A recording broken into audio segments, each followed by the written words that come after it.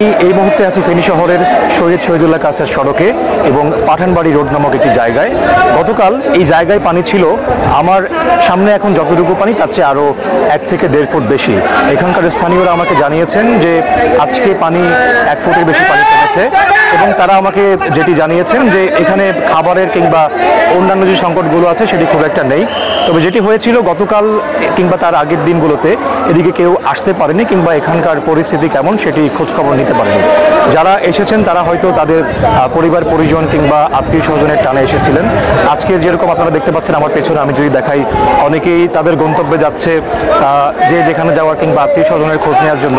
তারা জানাচ্ছেন যে আজকে মোটামুটি পানি কম থাকাতে তারা এসছেন এবং পানির একটা স্রোত দেখা যাচ্ছে, অর্থাৎ স্লুইস গেটগুলো যেহেতু খোলা আছে পানি আরও কমার একটা সম্ভাবনা আছে বলে আমি জানতে পেরেছি। এবং সোনাগাজীতে যে স্লুইস গেট রয়েছে সেখানকার যিনি গেট অপারেটর তার সাথে আমার কথা হয়েছে, তিনি জানিয়েছেন যে আজকের মধ্যে পানি আরও কিছুটা কমতে পারে। তবে যেটি শঙ্কার বিষয় যে শহরের অন্য প্রান্তে যে এলাকাগুলো খুব বেশি প্লাবিত হয়নি গত 2 দিন আগে, সেগুলোতে কিন্তু পানি এখনও কমছে না। তো ফেনী শহরের শহীদুল্লাহ কায়সার সড়ক থেকে এই মুহূর্তে আমার কাছে ছিল এটি সর্বশেষ।